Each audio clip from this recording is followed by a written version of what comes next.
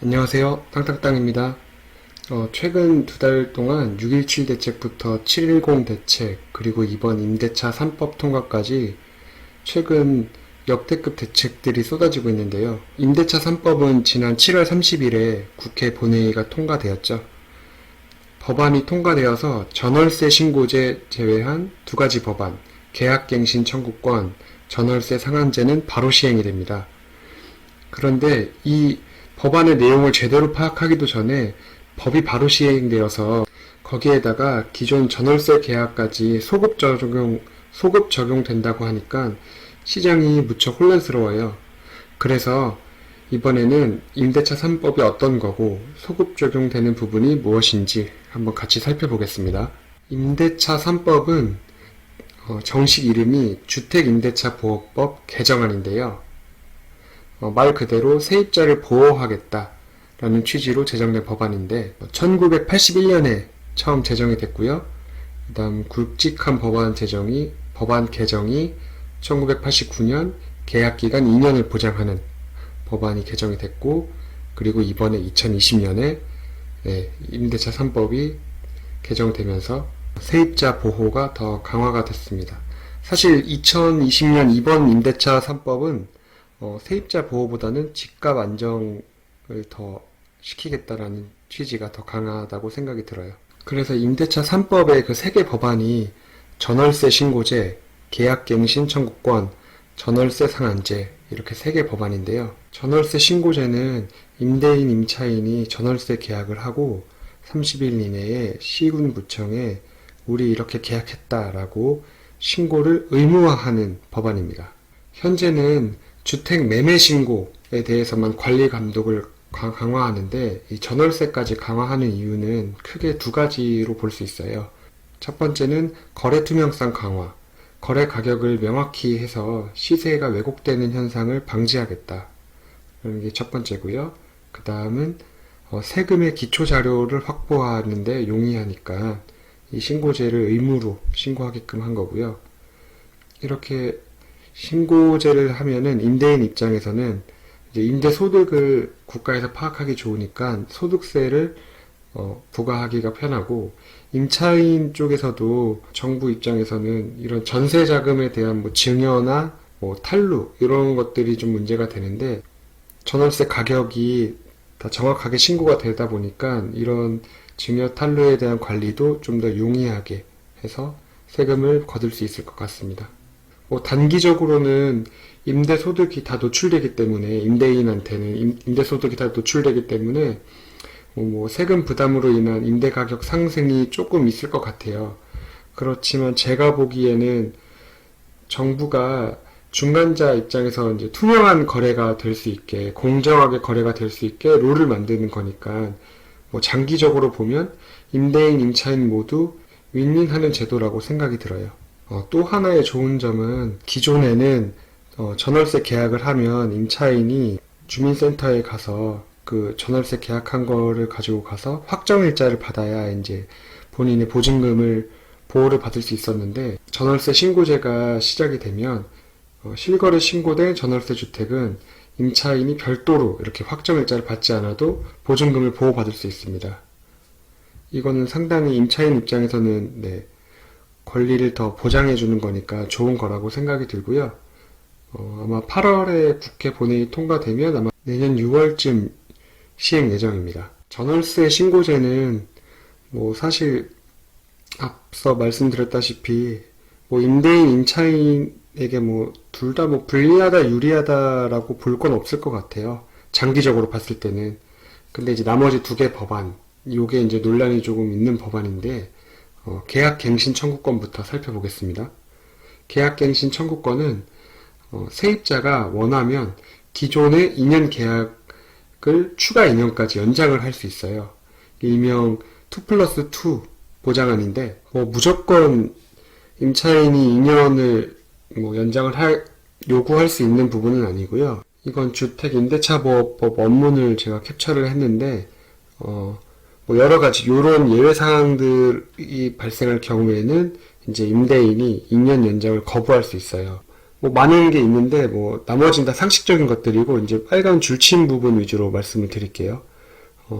2기의 차임액에 해당하는 금액을 연체했다. 그러니까 2달 이상 뭐 월세를 연체한 경우, 아니면 임차인이 임대인 동의 없이 전월세 받은 그 주택을 또 다른 사람에게 또다시 세를 준, 전대한 경우, 그리고 이제 주택의 전부 또는 대부분을 철거하거나 재건축하기 위해서 이제 실질적인 점유를 할 수가 없는 경우, 네, 재건축되는 집은 공간이 없으니까 당연히 뭐 계약을 연장할 수가 없겠죠. 그리고 임대인 혹은 뭐 직계 존속 비속까지 포함한 임대인이 이제 이 집에서 내가 살 거니까 나가달라, 뭐 이렇게는 할 수 있어요.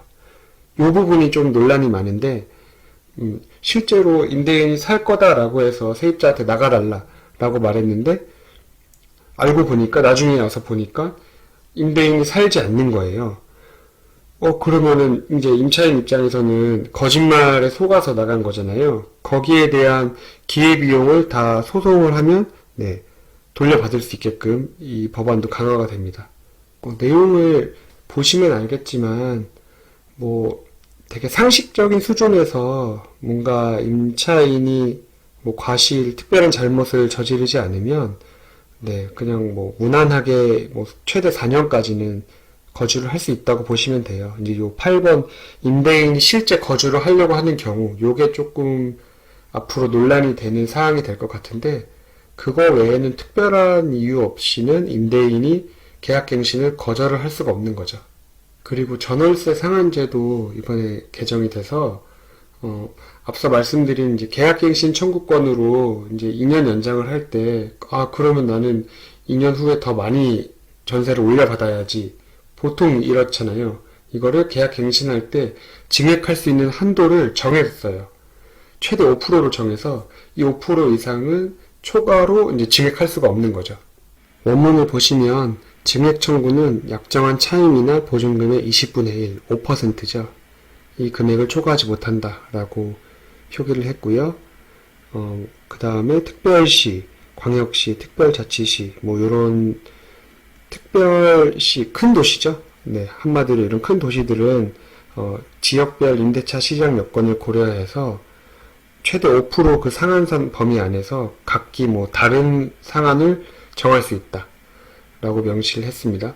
이 말은 뭐 서울은 뭐 최대 3%, 뭐 부산은 최대 2%, 뭐 이런 식으로 자치단체 재량으로 이 증액선 한도를 5% 이내에서는 뭐 자율적으로 정할 수 있다. 네, 요걸 법안으로 이제 신설을 했습니다.